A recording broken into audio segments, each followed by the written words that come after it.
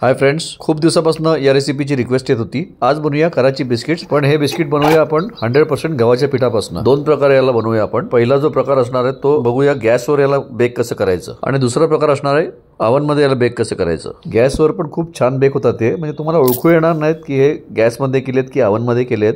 एवढे छान होतं. तुम्हाला माहितीच आहे की हे मैद्यापासून बनतात ओरिजिनली, पण आपण गव्हाच्या पिठापासून बनवूया. जास्ती हेल्दी बनवूया याला. बाहेर जास्ती पैसे मोजून घेण्यापेक्षा घरच्या घरी छान बनवता येतात आणि घरी केलेल्या गोष्टीची क्वालिटी आपल्याला बघावी लागत नाही. अतिशय सोप्या पद्धतीने याला आपण बनवूया आणि परफेक्ट मेजरमेंट सोबत तुम्हाला मी हे दाखवणार आहे. तर याला फॉलो करा, तुमचे बिस्किट एकदम परफेक्ट होतील याची मी गॅरंटी तुम्हाला देतो. चला सुरुवात करूया. इथे आपण घेतली आहे अर्धा कप पिठी साखर, ज्याचं वजन आहे 70 ग्रॅम. 1/3 कप आपण तूप इथे घेतलेलं आहे, ज्याचं वजन आहे 80 ग्रॅम. याला थोडं घट्ट करण्यासाठी आपण फ्रीजमध्ये ठेवलं होतं. बस आता या दोन्ही गोष्टी आपल्याला व्यवस्थित फेटून घ्यायच्या आहेत. आपण व्हिस्कनी पण करू शकतो, जसं मी इथे करतोय, किंवा इलेक्ट्रिक हँड ब्लेंडरनी पण आपण याला व्हिस्क करू शकतो. 5-1 मिनटं याला व्यवस्थित व्हिस्क करायचं आहे आणि 5 मिनटानंतर तुम्ही बघाल याचा रंग थोडा चेंज होतो, म्हणजे असं क्रीमिश कलरचं हे मिश्रण तयार होतं. या स्टेजला एक चाळणी आपण वरती ठेवलेली आहे. त्याच्यामध्ये 1 कप मी गव्हाचं पीठ घातलेलं आहे, ज्याचं वजन आहे 115 ग्रॅम. कस्टर्ड पावडर कराची बिस्किटला एक युनिक टेस्ट आणि कलर देते. आपण याच्यामध्ये 4 टेबलस्पून व्हॅनिला कस्टर्ड पावडर इथे घालणार आहोत, ज्याचं वजन आहे 30 ग्रॅम. जेव्हा पण आपण कपचा किंवा स्पूनचा वापर करू ना मेजरमेंटसाठी, तेव्हा वरतून असं फ्लॅट करून घ्या, जेणेकरून आपलं मेजरमेंट हे बिलकुल परफेक्ट असेल. याच्यामध्ये 2 टेबलस्पून मिल्क पावडर घालूया, ज्याचं वजन आहे 30 ग्रॅम. मिल्क पावडरमुळे हे बिस्किट आणखीन टेस्टी बनतात. आता याच्यामध्ये घालूया 1 टीस्पून बेकिंग पावडर आणि अर्धा टीस्पून मीठ. बस आता हे ड्राय इन्ग्रेडियंट्स इथे चाळून घेऊया. चाळण्यामुळे काय होतं, एअर इनकॉर्पोरेशन होते आणि बिस्किट हलके होण्यासाठी याच्यामुळे मदत मिळते. फक्त 4 ते 5 ड्रॉप इथे रोज इसेन्स याच्यामध्ये घालायचं आहे. माझ्याकडनं हा इसेन्स थोडासा जास्ती पडला होता, पण तुम्ही कमी घाला. 4 ते 5 ड्रॉपच. रोजच्या ठिकाणी तुम्ही कुठलाही फ्रूट फ्लेवरचं इसेन्स पण वापरू शकता, जसं पायनॅपल वगैरे. 1/4 कप काजू तुकडा याच्यामध्ये घातलेला आहे आपण, ज्याचं वजन आहे 35 ग्रॅम. आणि टूटी फ्रुटी पण 1/4 कप घातलेलं आहे, ज्याचं वजन आहे 60 ग्रॅम. 1 टीस्पून घालूया वेलची पावडर. बस सगळे इन्ग्रेडियंट्स आता मिसळून घ्यायचे आहेत आणि तूप सगळीकडे व्यवस्थित लागलं पाहिजे. हाताने मिक्स करणं आपण चालू करूया. खूप जास्त याला काही मळायचं वगैरे नाही, आपल्याला व्यवस्थित मिक्स झालं पाहिजे आणि तूप सगळीकडे पसरलं पाहिजे व्यवस्थित. तुपाच्या ठिकाणी आपण बटर पण वापरू शकतो. आता थोडं थोडं करून 2.5 टेबलस्पून दूध याच्यामध्ये आपल्याला घालायचं आहे आणि याला मिक्स करायचं आहे. याला एक छान दुधामुळे बाइंडिंग येतं, त्याच्यासाठी आपण याच्यामध्ये दूध घालतोय. मैदा जर वापरला तर थोडं दूध कमी लागतं. गव्हाच्या पिठामुळे त्याला थोडंसं दूध एक्स्ट्रा लागलेलं आहे. हे बघा, याला कसं छान बाइंडिंग आलं आहे. असंच हा डो असला पाहिजे. आणि आता याला खूप मिक्स करायचं नाही आहे बरं का, जस्ट त्याला बाइंडिंग आलं पाहिजे तोपर्यंतच त्याला एकत्र करून घ्यायचं आहे. आणि आता क्लिंग रॅप एका ट्रेवर मी पसरून घेतलेली आहे आणि हा जो डो आहे, हे जे मिश्रण आहे, हे याच्यावरती आपण असं पसरून घेऊया आणि त्याला एक स्क्वेअर शेप देऊया. आपण त्याला गोल पण करू शकतो, पण साधारणपणे हे जे कराची बिस्किट्स असतात हे थोडे स्क्वेअर असतात, म्हणून मी त्याला स्क्वेअर शेप देतो आहे. आणि क्लिंग रॅपने त्याला असं रॅप करून घ्यायचं आहे आणि थोडं दाबत जायचं आहे, जेणेकरून हा जो स्क्वेअर शेप आहे त्याला व्यवस्थित आला पाहिजे आणि कुठे गॅप नको राहायला.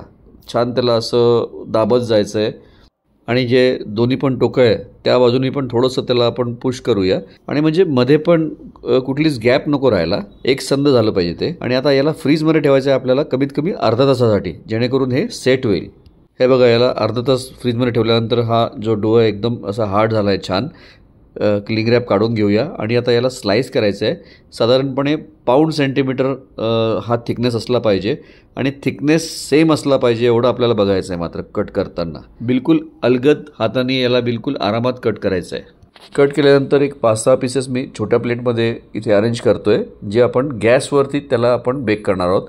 आणि मोठ्या ट्रेमध्ये पण आपण उरलेले पीसेस अरेंज करणार आहोत, जे आपण ओव्हनमध्ये बेक करणार आहोत. गॅसवर बिस्किट बेक करण्यासाठी मी एक जाडबुडाचं भांडं इथे ठेवलेलं आहे, त्याच्यावर झाकण ठेवलेलं आहे आणि त्याला मीडियम फ्लेमवरती गरम करून घेतले 10 मिनटासाठी. आता या गरम भांड्यामध्ये हे बिस्किट आता ठेवूया आणि याला बेक करायचं आहे आपल्याला साधारणपणे 20 मिनटासाठी. सगळ्यात आधी झाकण लावून मध्यम आचेवर. बिस्किटांवरती थोडं लक्ष ठेवायचं आहे. तुम्ही बघाल 15 ते 20 मिनटानंतर खाली असा त्याला एक छान खरपूस असा रंग येणार आहे, गोल्डन ब्राऊन रंग येणार आहे. 15 ते 20 मिनटानंतर ही बिस्किटं आपण टर्न करूया, जेणेकरून दोन्ही बाजूनी ही बिस्किटं छान बेक होती. टर्न केल्यानंतर झाकण लावून अजून 15 मिनटं आपण याला बेक करून घेऊया. अशा पद्धतीने दोन्हीकडनं त्याला बेक केल्यानंतर आपली जी बिस्किट आहे ती छान बेक होतील, कच्ची राहणार नाही. साधारणपणे 15 मिनिटानंतर आपण यांना परत चेक करूया. हे बघा किती छान बेक झालेले आहे ते. रंग बघा किती छान आलेला आहे, बिलकुल परफेक्ट रंग आलेला आहे. आता यांना काढून घ्यायचं आहे आणि व्यवस्थित थंड करून घ्यायचं आहे. एकदा ही बिस्किट थंड झाली ना त्याच्यानंतर ती एकदम क्रंची बनतात. गरम असताना ती सॉफ्ट असतात बरं का, आणि पूर्णपणे थंड झाली की त्याच्यानंतरच ती अशी छान क्रिस्पी बनतात. हे बघा बिस्किट किती छान झालं आहे, याचं टेक्स्चर किती छान आलेलं आहे. बिलकुल ओरिजिनल जशी कराची बिस्किट असतात ना तसंच टेक्स्चर आलेलं आहे ना. हे बघा आणखीन एकदा तोडून दाखवतो. वाव, काय मस्त क्रंच आलेलं आहे.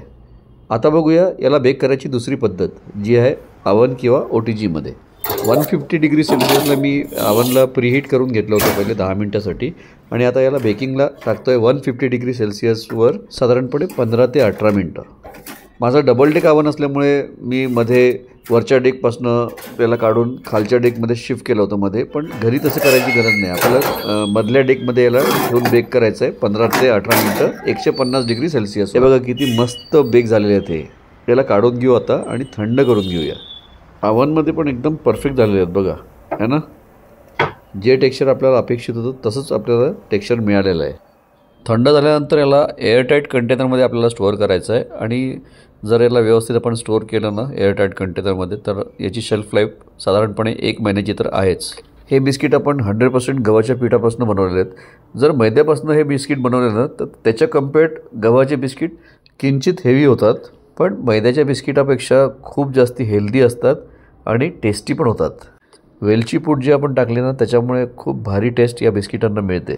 तुम्ही जरूर यांना ट्राय करून बघा, तुम्हाला हे नक्की आवडतील. आजचा व्हिडिओ आवडला तर लाईक करा, कमेंट करा, शेअर करा, आणि देव्स किचन मराठीला अजून सबस्क्राईब नसेल केलं तर ते पण करून घ्या. बेल आयकॉन जरूर दाबा. व्हिडिओ पूर्ण बघितल्याबद्दल खूप खूप तुमचे धन्यवाद. जय हिंद, जय महाराष्ट्र, वंदे मातरम, भारत माता की जय.